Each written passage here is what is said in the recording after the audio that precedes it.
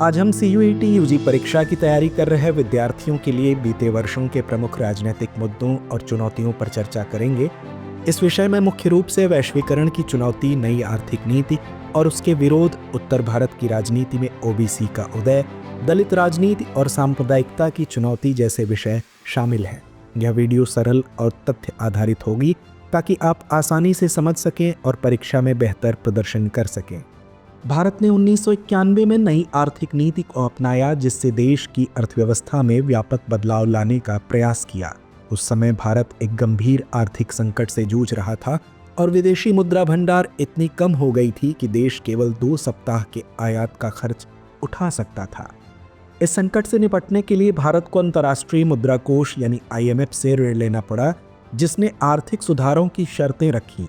परिणाम स्वरूप नई आर्थिक नीति लागू हुई। यह नीति 3 मुख्य स्तंभों उदारीकरण, निजीकरण और वैश्वीकरण पर आधारित थी।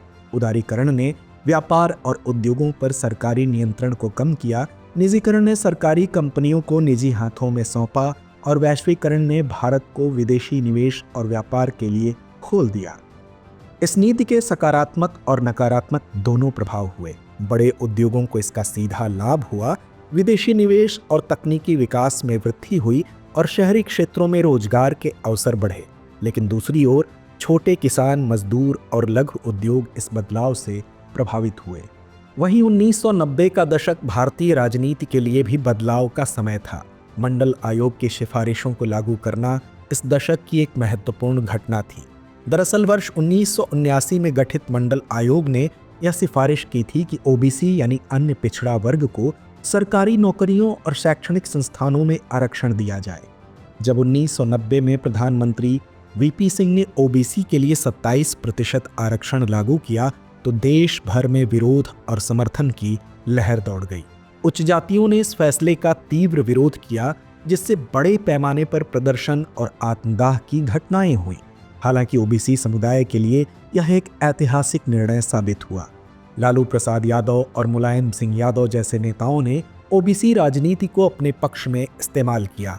उन्होंने सामाजिक न्याय को अपना मुख्य एजेंडा बनाया और OBC समुदाय को संगठित किया।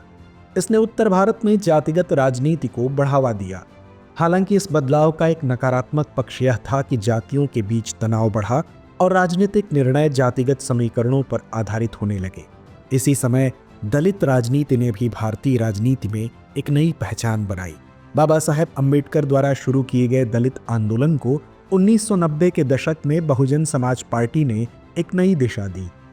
कांशीराम और मायावती के नेतृत्व में BSP ने दलितों के अधिकारों को प्राथमिकता दी और उन्हें राजनीतिक रूप से सशक्त बनाया। मायावती, जो 1995 में उत्तर प्रदेश की पहली दलित महिला मुख्यमंत्री बनी, दलित राजनीति की सफलता का प्रतीक बन गई। यह घटनाक्रम सामाजिक रूप से वंचित समुदायों के लिए एक प्रेरणा बना। दलित राजनीति का प्रभाव केवल चुनावी क्षेत्रों तक सीमित नहीं था। गैर चुनावी आंदोलनों जैसे भूमि अधिकार और शिक्षा सुधार के आंदोलनों ने दलितों के अधिकारों की ओर ध्यान आकर्षित किया। हालांकि दलितों को आज भी हिंसा और सामाजिक बहिष्कार का सामना करना पड़ता है। राजनीतिक दलों द्वारा दलितों को केवल वोट बैंक के रूप में देखे जाने की प्रवृत्ति ने उनकी समस्याओं को पूरी तरह हल करने में बाधा डाली है। सांप्रदायिकता भारतीय समाज के लिए एक और गंभीर चुनौती के रूप में उभरी। 1992 का अयोध्या विवाद सांप्रदायिक इतिहास में एक महत्वपूर्ण मोड़ था। 6 दिसंबर 1992 को बाबरी मस्जिद को कारसेवकों द्वारा गिरा दिया गया। इस घटना के बाद पूरे देश में सांप्रदायिक दंगे भड़क उठे। इस विवाद ने समाज और राजनीति दोनों को गहराई से प्रभावित किया। भारतीय जनता पार्टी ने राम मंदिर निर्माण को अपना प्रमुख एजेंडा बनाया, जिससे उसकी लोकप्रियता बढ़ी, लेकिन इसने समाज को सांप्रदायिक आधार पर विभाजित कर दिया।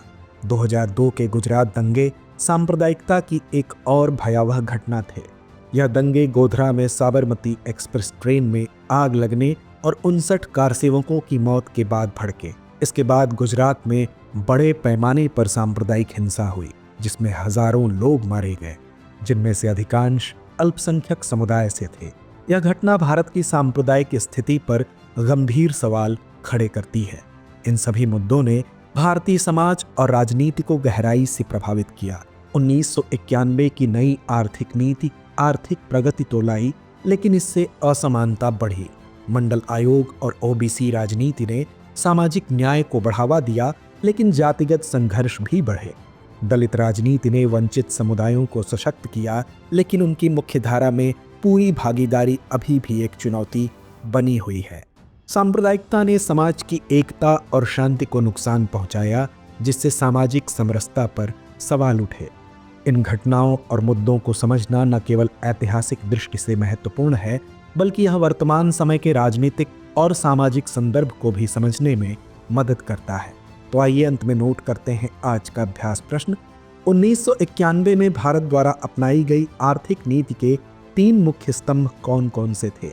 विकल्प ए शिक्षा, स्वास्थ्य और कृषि, विकल्प बी उदारीकरण, निजीकरण और वैश्वीकरण, विकल्प सी सुरक्षा, उद्योग और तकनीकी विकास, या विकल्प डी पर्यावरण संरक्षण, ऊर्जा और बुनियादी ढांचा। तो इस प्रश्न का जवाब कमेंट बॉक्स में देना ना भूलें। धन्यवाद।